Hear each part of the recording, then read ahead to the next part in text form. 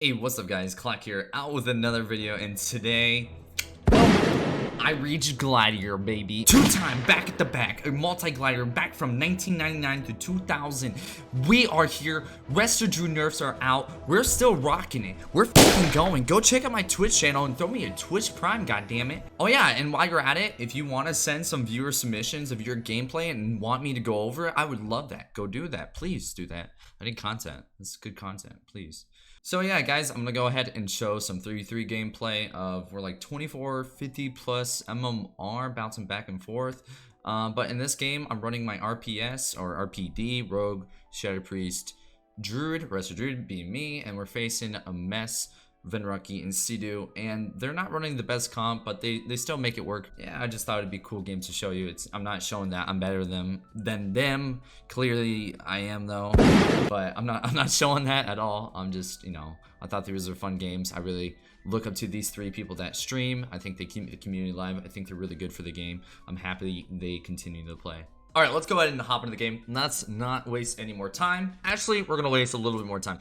We're going to talk about what you need to do, what you need to think about when you first enter the game is the team comp you're facing. 1, are they going to go you? 2, are they going to go your teammates? 3, are you going to get CC'd? Meaning they're going to go your teammate. So we are facing Walking Dead. That should be a big red flag to you as the Druid, as the healer, as any healer, that they're going to go you. Walking Dead is known for killing healers. So you're going to want to go in the most defensive play that you can possibly go. So like not running into Cyclone, running more heals dominant, you know, tanky spanky, do it. So that's actually exactly what I do. I don't run Cyclone. I run into Revitalize, Nourish, and Focus Growth.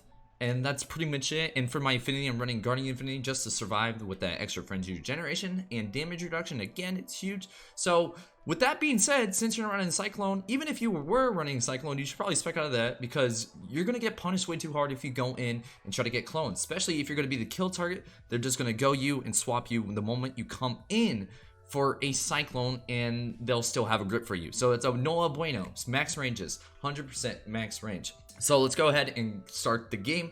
Again, watch your positioning. At the very start, I'm going to hot up my Shadow Priest, go on Vizzy, and I'm going to debate to whether to bash the Mistweaver, the healer, or to get away. And, you know, I make some communication with my teammates. You'll see me go really close to him, and I decide not to go for it because my Shadow Priest tells me he's going to get the CC.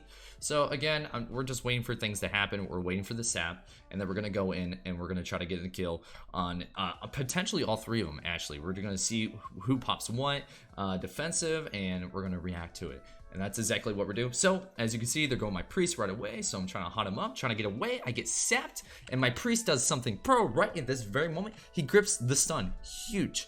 He grips the stun, the potential stun. So I go ahead and just bear form away. I get stunned by the DK, and this team actually might end up swapping me because my Shadow Priest is going to go ahead and life swap. And here comes the life swap right there. He life swaps me. That was a big no-no. He should have just went ahead and dispersed, but he was already so low. If he dispersed at that percentage, he could potentially die through dispersion and have to maybe cancel dispersion to life swap. So he kind of did this because, you know, we were really scared. So now that they now that they life swapped me, I'm kind of, you know, I'm scared potential kill target. They grip me, that's their go on me. Normally what they like to do is try to, you know, get a grip go to get a triple stun. Normally that's what they do. They weren't able to do that here. So I'm able to survive a little bit. I just in bear form. I'm really scared. I pop bark skin. I need to get away and try to get some hots on myself. I thorns myself to try to slow them right here. And as you can see, the Mistweaver is hitting me. Cdew is hitting me. He's going to pop his damage, and he's actually going to go huge on me. But as you can see, I'm in a stun. This is the debatable stun or trinket for the stun because, one, both the DPS are on me. There is a Venruki, and a Mes is right there, and it's just literally the Mistweaver, and you'll see how much damage the Mistweaver will do alone. Look at all that damage. So I immediately had to pop almost everything. I still have my Battle Masters, and I decided to save that. If I got any lower, I would go ahead and use the Battle Master. By the way, if you're not running Battle Master, I strongly recommend that you find one and use it because, one, it gives intellect, 2, It gives you a big pool of HP. I think if I use it, I get like 30 to 40k HP, which is absolutely huge. So again, strongly recommend going into it. So I survived the go. My rogue is they swapped to my rogue and they're doing a lot of damage. So this whole time I'm communicating with my team. They're asking me if they need to pop cooldowns. A lot of times I tell them they don't need to pop a cooldown unless I'm in a CC, because if they end up forcing a cooldown without me being in a CC, we eventually fall behind. So as you can see, I go ahead and root this Mistweaver. I'm gonna go ahead and DR bash him, and you know he's gonna get out and sap me and stun me, but to me it was worth, because watch, he's going to get out very soon, and he has to waste a global to dispel himself, which means any global wasted on him not healing his targets is really good. So try to, you know, look for little things like that. And again, they're going me.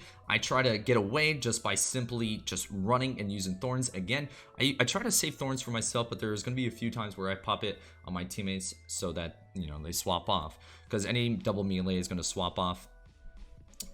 So right here, you know, they're just pillar humping. They're really scared because they don't have any trinkets. Stuff is not looking good on their end. I still have my trinket, so Iron Bark, I have Bark Skin.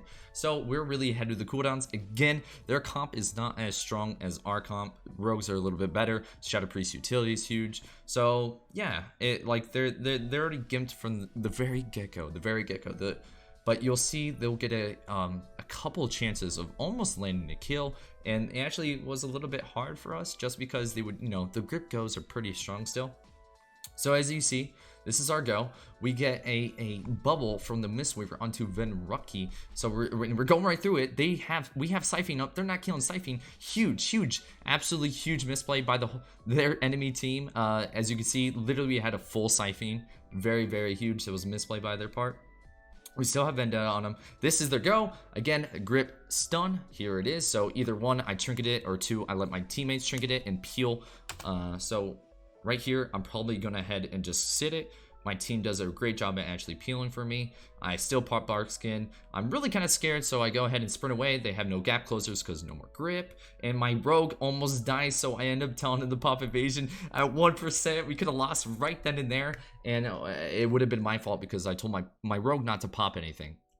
So as you can see, the game is very fast. A lot is happening. I almost don't even have enough time to even explain what's going on. So again, I'm just trying to stay max range, trying to help heal, even help damage, because Rester Druids can do a decent amount of damage. And I'm going to be looking for an opening to go to the Mistweaver to get a bash and, you know, potentially help get a kill. You'll see at one moment, oh, there's the grip stun. Again, I am able to get away. Absolutely huge, by the way. Absolutely huge. I was able to get away. We're causing so much pressure to the Cdew that, you know, they pop ring. They still, both the DPS have trinkets. So our kill target is most likely going to be Cdew just because he has nothing for himself. He literally has nothing at this very point in time to use bubble, use ring. We're looking really good. So yeah, the game is just going on. We're just buying time until our next go. We're kind of trying to dampen them, force the Mistweaver to go even more. And by the way, this game is after nerf. This is, Rester Druids are still super strong. I'm gonna go ahead and make a guide on Rester Druids, but Rester Druids are still super strong even after the nerf. I know everyone was really worried, but like, trust me, we're really good. We're still one of the top healers. So here is our goal. We got a Shadow Step Kidney onto the Mistweaver. I come out for a DR bash, and hopefully we get a silence onto him. It looks like no silence. Shadow Priest is not able to go back there. If my Shadow Priest was able to get here, obviously he has no mobility, but if he was able to get back here, he would have been able to silence him and even potentially triple DR stun. But since he wasn't able to, you'll see him actually control Venruki and run him to the corner. When I saw this, I actually laughed. Look at Venruki right there. I just love the control that Shadow Priest bring to the table. This is their go on me. I decided to trinket late and just go incarn and stay aggressive. You'll see me use this as an aggressive to stop their go, to make it so they don't apply pressure preemptively. I don't want to pop tree when I'm at like 2%. I want to preemptively do it. I pop thorns on myself as well. They get off instantly, and again, they're going to be on the defensive because look at our go. We have our go again. We have Vendetta, there's Bubble again, there's Ring, literally everything away from the Mistweaver. Mistweaver has Trinket coming in at 15.